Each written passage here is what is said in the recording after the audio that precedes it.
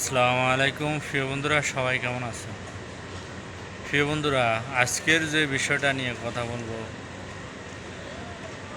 খুবই আশ্চর্যজনক একটি কথা।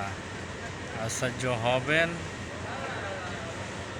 যে বিষয়টা নিয়ে কথা বলবো। আসলে প্রিয় বন্ধুরা, আমার শরীরটা বেশি একটা ভালো না, কেন জানি খুবই খারাপ লাগতেছে। প্রিয় বন্ধুরা, তারপরও আপনাদের মাঝে আসলাম, কারণ আপনাদের মাঝে না আসলে আবার ভালো লাগে না।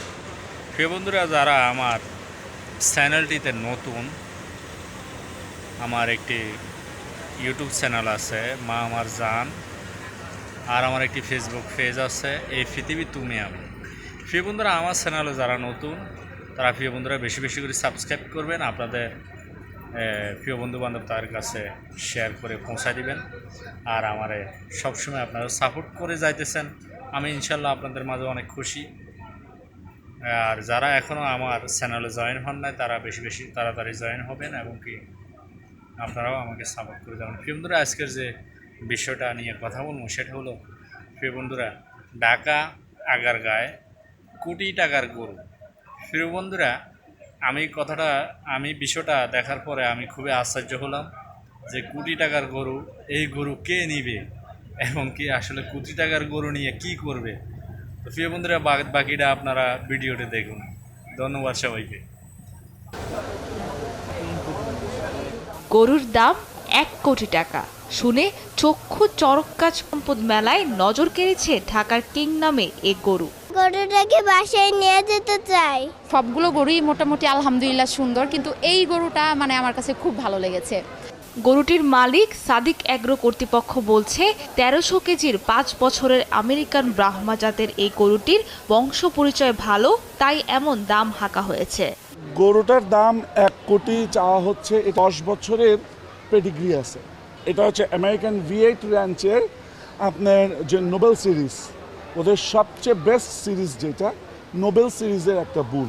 তো এইটা হচ্ছে লাগিয়া মাংসের চিন্তা করে না, এটা হচ্ছে ওজনের চিন্তা করে না, এটা হচ্ছে লেগে আমি বলবো যে বংশমর্যাদাপূর্ণ গরু, এর জন্য দাম বেশি।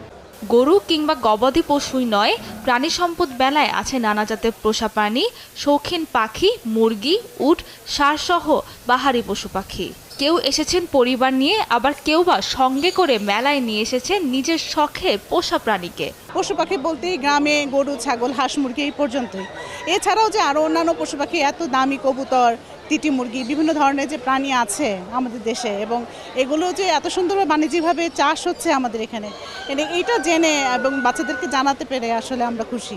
উট দেখলাম ফার্স্ট টাইম, ষাঁড় দেখলাম, বিভিন্ন ধরনের কুকুর, ঘোড়া, তারপর হলো গরু, অনেক কিছু আছে যেগুলো বাচ্চাদেরকে চিড়িয়াখানায় গিয়ে এত সুন্দরভাবে দেখানো যায় না সবসময়। এই ধরনের আয়োজনগুলো আরো বেশি করে করতে হবে।